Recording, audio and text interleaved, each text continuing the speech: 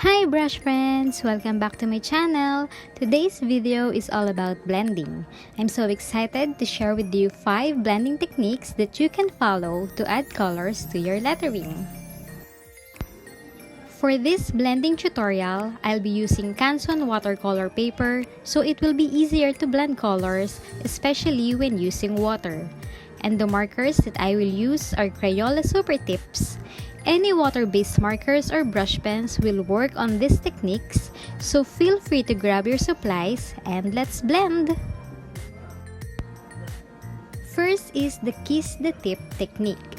Choose 2 colors that complement each other. I will use purple and light blue for this technique. Here, we will just let the tips of the markers kiss each other. It's like transferring the darker color to the tip of the lighter one. The purple absorbs the light blue ink on its tip. It's good to note that the one you will use for lettering is the lighter color. When you letter, you can see the beautiful effect of this blending, and turning the other side of the tip gives you a more blended color.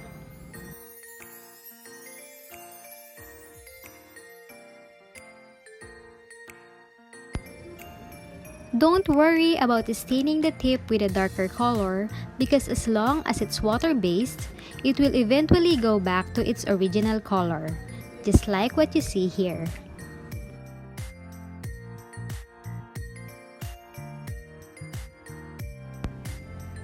Next is the get some ink on plastic technique. I'm using a Ziploc for this. You can use any plastic as long as it's non-absorbent. Again, choose 2 colors that complement each other. In this technique, I'm using yellow and green. Put some ink of the darker color to the plastic. Then grab your light color and get some dark color to the tip. Make sure that your tip has absorbed enough ink of the color that you want to blend in. When you start lettering, you can see such a beautiful ombre effect instantly. Get another ink from the plastic and repeat the process if you feel like the tip of the light color is going back to its original color.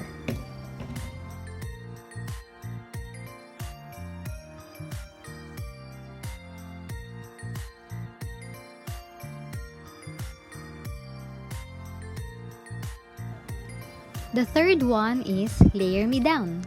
Choose 2 colors that complement each other. Here I use sun yellow and red. We will make the lighter color our base color, so I use sun yellow to write the word. Next, put the darker color on top of the base color. You can choose the area where you want to create the blending. It can be on the upper part of the letters, just like what I did here, or it can be at the bottom or middle part. Now grab the lighter color and use it to drag the darker color until they smoothly blends.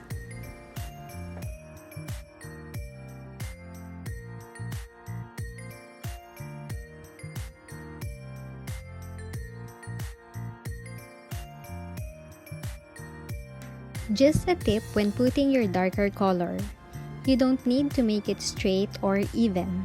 You want to create feather-like strokes. This way, blending will be smoother. Another note is that it's not necessary to be strict on recreating the thin and thick strokes, just like when you first letter the word. Feel free to rotate your paper or do it slowly to make sure that you won't mess the colors with each other.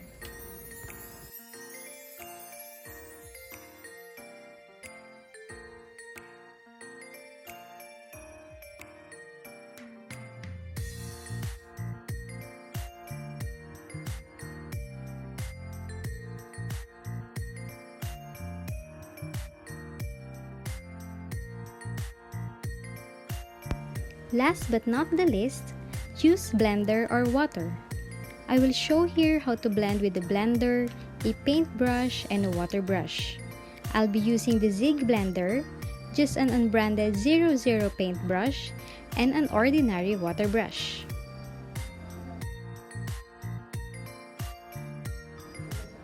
Following the steps on the previous technique, letter the word with your base color. Here I use light peach. Then using a lavender as my darker color, I will put it on top of my light color in feather-like strokes. Using the Zig blender, I will drag the darker color until it blends smoothly with the lighter color that I used.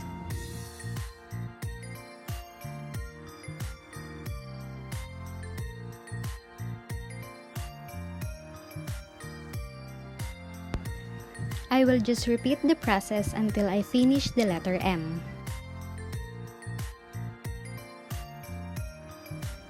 Be sure to do it slowly so you can achieve clean and smooth blending.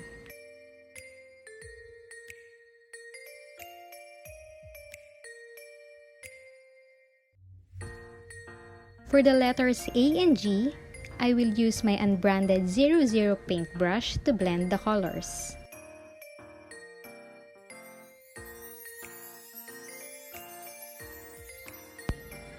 Put a little amount of water to the paintbrush and use it to blend the colors.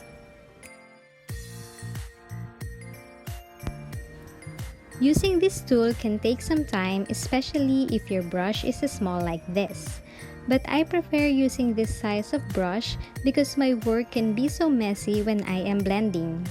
When I am using the 00 paintbrush, I feel like I have more control when blending colors.